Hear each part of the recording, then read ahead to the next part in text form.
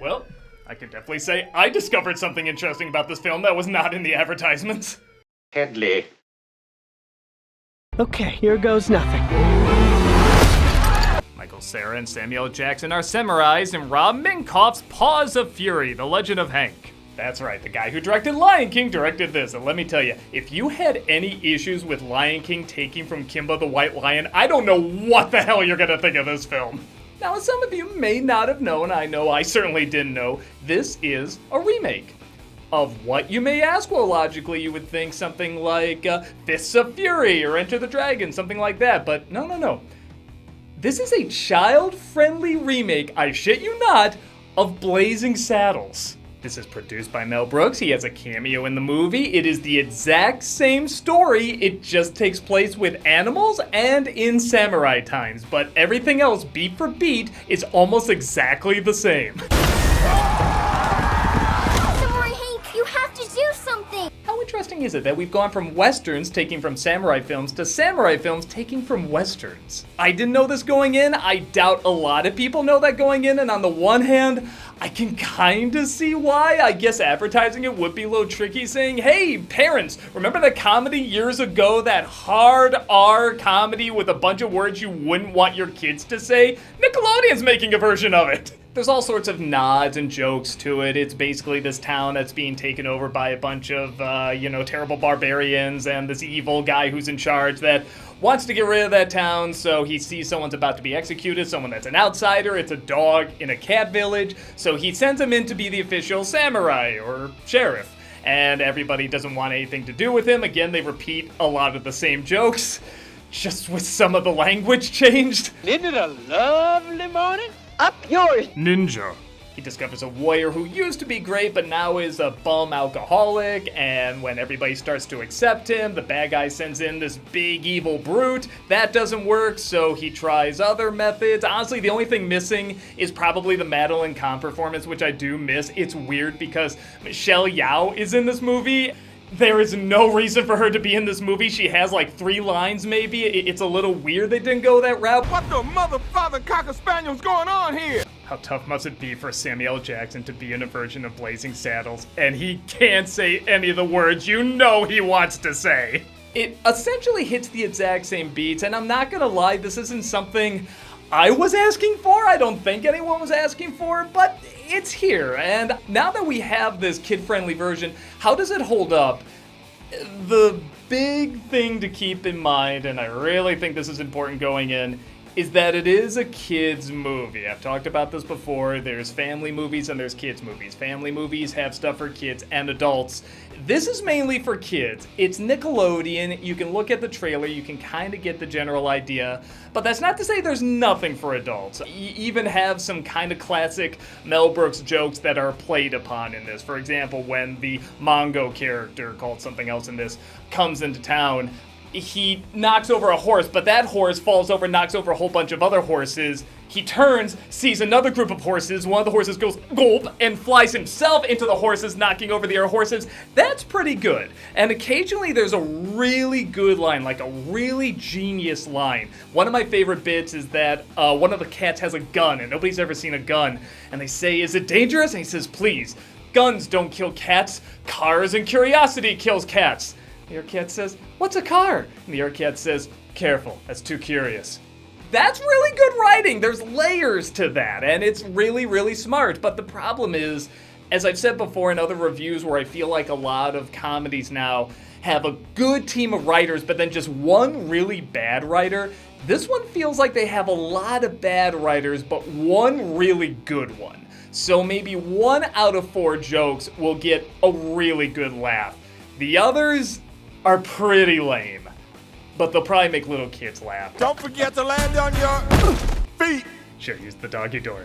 I'm not saying that because it's funny, I'm saying that because they literally use that joke in the movie.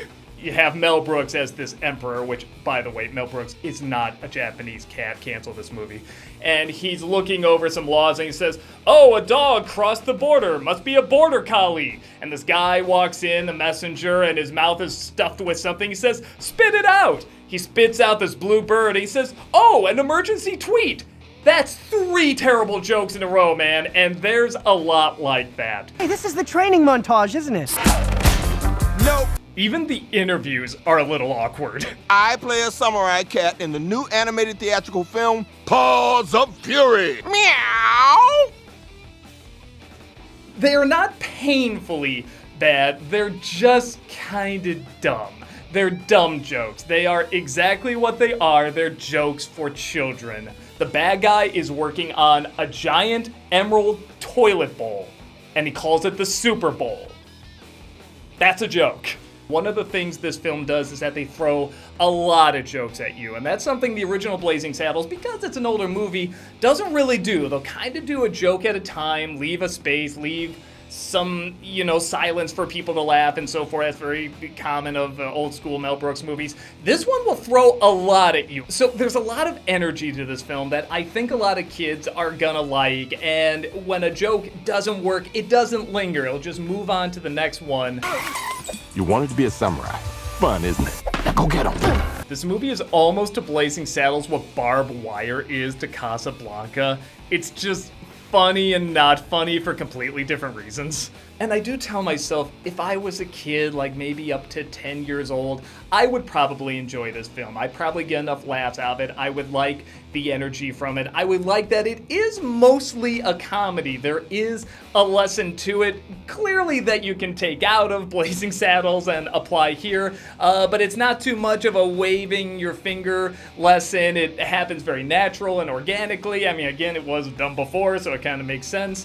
But as films go that I feel like are gonna grow your sense of humor and really try something super, super different, it's not that, but it's not offensive either. But you're remaking what's supposed to be an offensive comedy, so you see kind of where I am here. Who knew an evil army could go through so many beams? Yes, that is this scene, and no, it's not as funny. I don't know why, I just know this is dumb and this is classic for some reason. And you know I'm right. All the voice acting is great. Everyone does a wonderful job. They deliver the lines really well, even the lines that are very painful. There's one where Samuel L. Jackson says, The cuteness is strong with this one. "'Cause he was in Star Wars." I mean, I know he didn't say that line, but he was in Star Wars, that's enough. The animation is nice and lively and colorful, and I don't know, it looks like everyone's having a fun enough time. When I saw it, there weren't many people in the theater. I saw a pretty early show, so I couldn't really get any kids' reactions out of it, but there were 1 or 2 there, and when they were leaving, they said they liked it. Little kids saying, "I thought that was funny," so I think your kids will find it funny. I think if you're an adult, I would skip it, but if you have kids that want to see this movie, go with them. It's not a drag. You'll probably get enough jokes that you'll laugh enough and say, okay, I'm glad I saw this with my kid. This is not a bad movie for them to grow up with, but there's really not much else on top of that. And for a remake of Blazing Saddles, even a kid-friendly one, it deserves more. But I guess at the same time, if you were to tell me you're gonna see a kid-friendly version of Blazing Saddles, I'd just say that's dead on arrival. And this one isn't. It does have some good laughs, and I think it's likable enough for kids. I don't think it's likable enough for adults. So let's give it 2.5 out of 4 Blazing Sandals. Hey, the movie made a Blazing Samurai joke. I think mine's better. With that said, for all the tons of you that I know are flocking to see this film this weekend, what did you think? Were you surprised that this was a remake of Blazing Saddles? I know I definitely was. What was your take on that? Do you think it's a good idea to do a kid-friendly version of Blazing Saddles? Yes or no? Even with that in mind, what did you think of it? Did you think it turned out okay? Do you think it's fine for kids? Do you think it's a perfectly serviceable children's film? Or do you think, even as a kid's film, it's terrible, the jokes don't work, and it's just annoying and god-awful? Or are you somewhere in between where you just kind of say, okay, it exists, what am I gonna do about it? It got a couple laughs. That's about it, and I'll see you next time. Take care.